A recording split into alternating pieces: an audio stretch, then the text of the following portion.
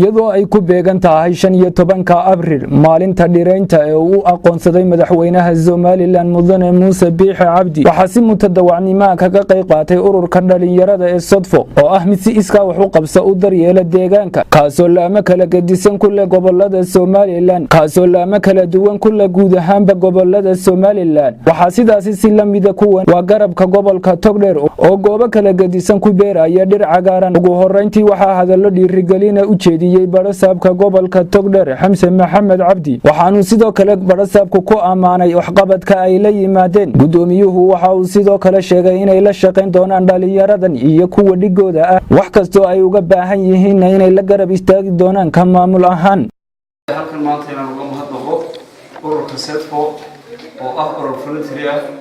oo runtii hawl wanaagsan oo muhiim ah ka qabtay gobolka hawshaas oo imika ugu dambeysay hawshan dhireynta oo ay ka qayb qaateen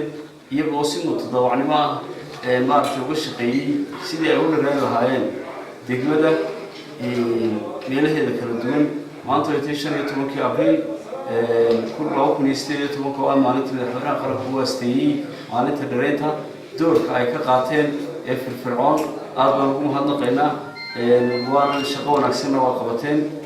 halkaana dadaalkiina ka sii wada insha Allah billahi bayna nabra waxay awoodeeda dawal suuqin barbartaagi doona aad iyo aad mahadin alxamdulillah sallallahu ala nabiyina Muhammad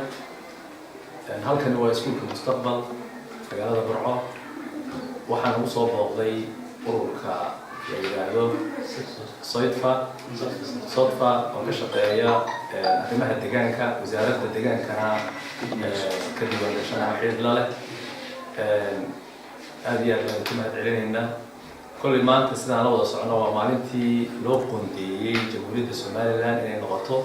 maalinta deegaanka ama dhirta ahmiyadda deegaanku leeyahayna aad iyo aad u weyn tahay in dalkeena hagaajino deegaankiisa qurxino beerno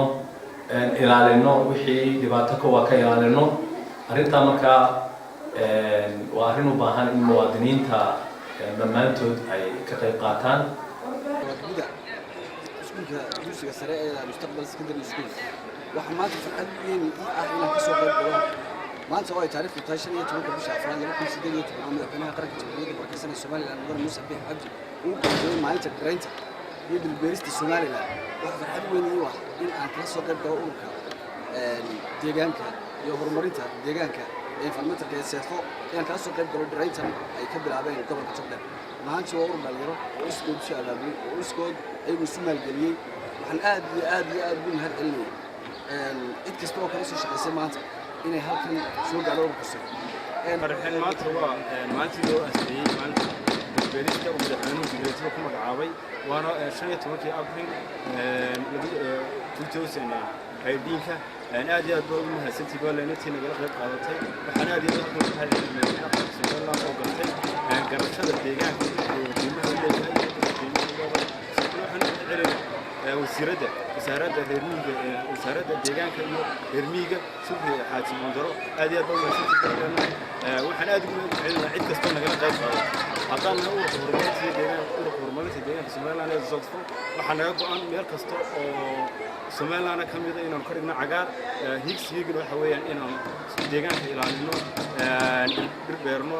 si dalka noqdo dal badan oo loo soo dalxiisto